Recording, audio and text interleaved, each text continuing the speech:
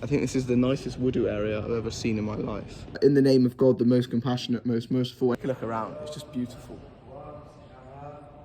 Salam alaikum, it's Friday in Morocco, and that means only one thing, Jummah prayer. And today we are going to one of the newest mosques in Marrakech. Now, today I will be praying at Mosque Aïcha, and I believe from my research that this is the newest mosque in Marrakech. It's just received a 3 million dirham investment in June 2024 to redo the mosque. It's Jummah right now, it's Friday, and it's about 1 hour 30 until the prayer, 1 hour until the prayer time. I've just done wudu at home. As you can tell, my ears are wet and my hair is a bit wet, but I've just done wudu. I always wear my jeans to the mosque. I will not be wearing my sliders. I will be wearing my shoes. And I always wear like a nice t-shirt as well. And yeah, I've done a few videos now on my Jummahs in Morocco, like where I've prayed Jummah. I prayed it in Kutubia. Honestly, I'm really excited to see what this mosque is about. I've heard a lot of good things about it, and from the reviews online and the photos online, it looks amazing. Honestly, Jummah in Morocco is such a special day. Like Friday in Morocco is such a special day, like traditionally and also Islamically. Like the people here just come together, and it's so nice seeing like after Jummah prayer that the traditions are still so strong here that the people they gather together and eat couscous, and the traditions are still very embedded within the culture.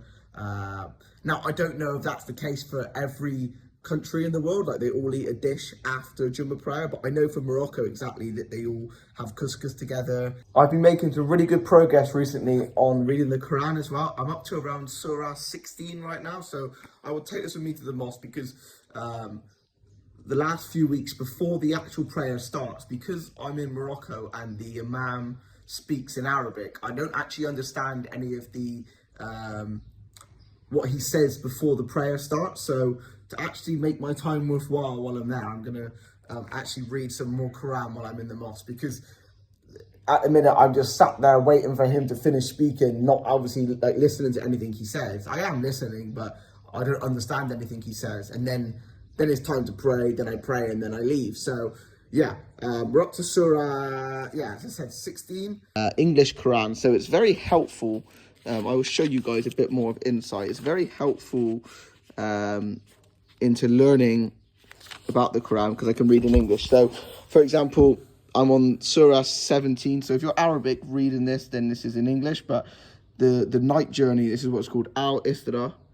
And it's broken down very well. And the translation, I must say, is very good. Sometimes I have to reread some parts twice to make sure I've read it right, because the English is proper English. So it's not just like basic words. They use words that are like Shakespeare English, if you know what I mean, because obviously it's being translated from very classical Arabic. So if you want to pause the video right now and have a look at what the translation looks like for yourself, then do pause it and you can see. But it always starts with in the name of God, the most compassionate, most merciful, and it gives you like a little interlude about what the surah is about. So I'm assuming they have this in the Arabic Quran as well, like the traditional Quran, but maybe they don't. Maybe it's just an additional feature to the English one, so we can read it. As I said, with Ramadan coming up, I'm really trying to read the Quran more and more every day, and I hope by the end of Ramadan to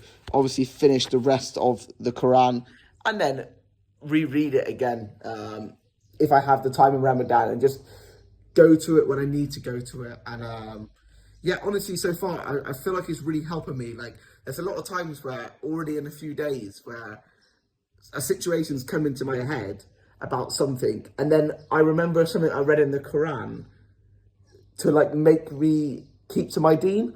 For example, one of the surahs that sticks with me is the story of Joseph. Now, if you're obviously a Muslim, you're going to know this a lot more. You're going to know it a lot more in detail than I do. But the story of Joseph when he was in the prison in Egypt with the pharaohs, and the story of how the wife of the king, I believe, do correct me if I'm wrong in the comments, the wife of the king tried to seduce him and basically cheat on her husband with him, and like he turned away and said like, tried to run as far away as he could in prison to protect himself by calling out to God. And a lot of the times, for me, in my day-to-day life, and you might have this in your day-to-day life, what I'm noticing is that it's kind of similar of like sticking to your deen. It's like if a haram opportunity comes up, I see that as now as trying to get as far away as possible from that haram so that I don't commit haram.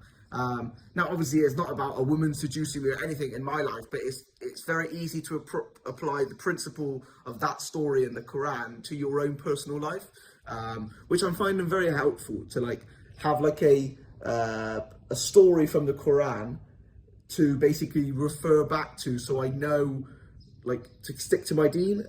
Honestly, really enjoying reading this right now. It's kind of addicting after a while. You get to like one surah and I say, no, I'm going to stop. And then I read another surah. I'm on surah 17. So I'll be reading that in the mosque. This one starts with, I'll read the first bit for you guys. Journey from Mecca to Jerusalem. Glory be to the one who took his servant Muhammad by night from the sacred mosque to the farthest mosque, whose surroundings we have blessed, so that we may show him some of our signs. Indeed, he is alone, is all the hearing, all seeing. And we gave Moses the scripture and made it a guide for the children of Israel, stating, do not take besides me and other trustee of affairs. O descendants of those we carried with Noah in the ark.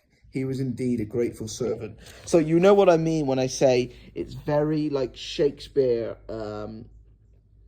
That's the only way I can describe it. It's like reading Shakespeare again. That is because it's translated like as close as it can be from the Arabic Quran. So yeah, honestly, without further ado, I'm about to go to the mosque right now, take my Quran with me, and yeah, it's time to pray Jummah. So I wish everybody watching this and all Muslims around the world a happy Jummah. I hope your duha comes true for you, and yeah.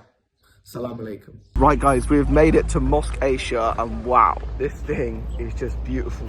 Honestly, I will try and show you it from the other side if I can, because from the other side it just looks amazing. But yeah, we're going in now for Juma prayer. So yeah, this is Mosque Aïcha, everybody. Wow, yeah, it looks new as well. Like, if you can see from the design of the building, you can tell that it's just been recently renovated. So yeah, time to go and pray Jummah right now. Everybody's making their way into the mosque. After the prayer is done, I will show you inside the mosque. It is honestly beautiful in here. I don't want to try and film too many people. Everyone's left now after prayer.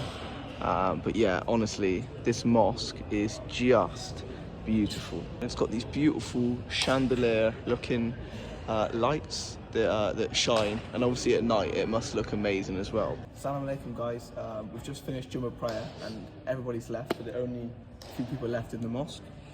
Honestly, if you're in Marrakech, you need to come and check this mosque out. It's called Mosque Aïcha.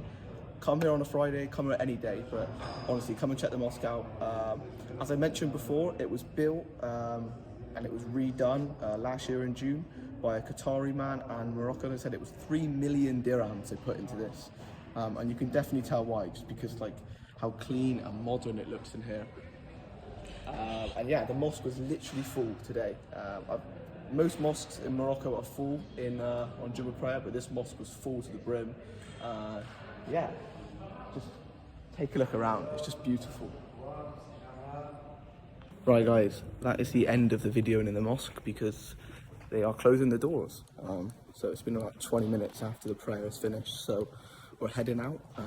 As I said, I'm going to try and show you from the outside of the mosque as well, the other side, because the other side is just beautiful from the roadside.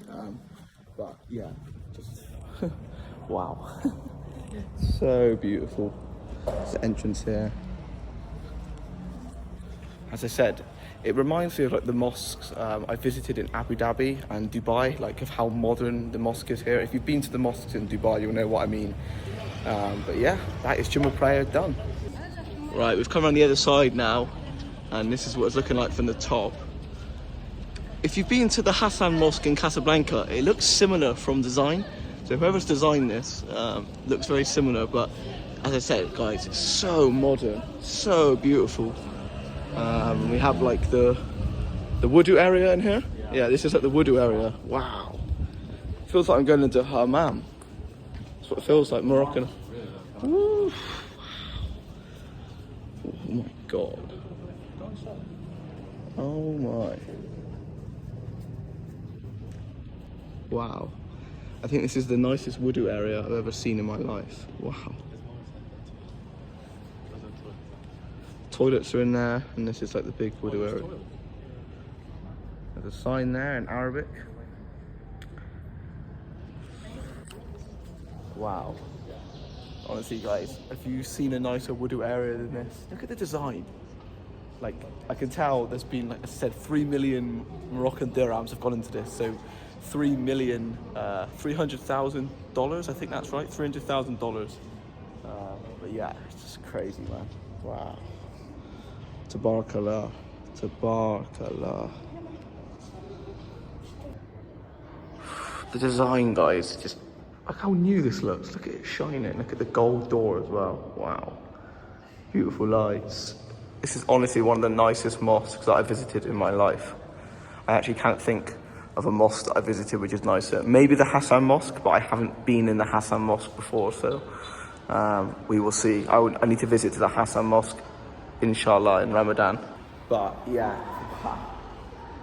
as I said, if you're in Marrakech, you need to come and check this mosque out, Aïcha Mosque. Come and pray here, because yeah, it's definitely an experience you need to do when you're in Marrakech. But yeah, I've been Mr. Humble. Make sure you subscribe. Thank you for watching the video. What a lovely Jummah experience in Marrakech. And yeah, assalamu alaikum and wassalama.